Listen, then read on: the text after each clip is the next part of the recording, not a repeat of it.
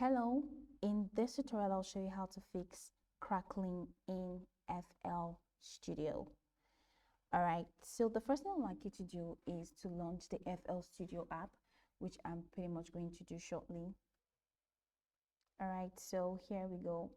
Now in the FL Studio app, the next thing I'd like you to do is to go to the top menu, and from the top left navigation menu, just go ahead and click on options, and you have a couple of more options presented to you. Now from the options menu, go ahead and click on audio settings, and that's going to take you right here.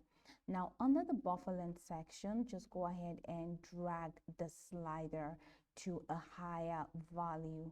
All right, so just drag the slider to a higher value, like 512 or 1024 samples. Now this gives your CPU more time to process audio and usually removes crackling. So the next step is actually to use the right audio driver, which is pretty much very necessary. So still in the audio settings, go ahead and check the device section, and in the device section, you're presented with a couple of options in the drop down, including primary sound driver. You have your own input device and output device rather, and you have the ASIO. So choose ASIO devices or your audio interfaces ASIO driver. Now, these drivers are designed for low latency, stable playback compared to the default Windows driver. And right in the same settings, go ahead and look at the sample rate, which we have in here. Now, go ahead and set it to 44100 Hz or 48000 Hz. Now, using extremely high sample rates can overload your CPU and cause crackling. Now, the next step that I'd like you to take is to enable multi-threaded processing, which is right under the CPU settings. Now, under the CPU section in the audio settings, just go ahead and enable multi-threaded. To disable goes gray, and to enable it turns orange. So enable the multi-threaded generator processing and the multi-threaded mixer processing.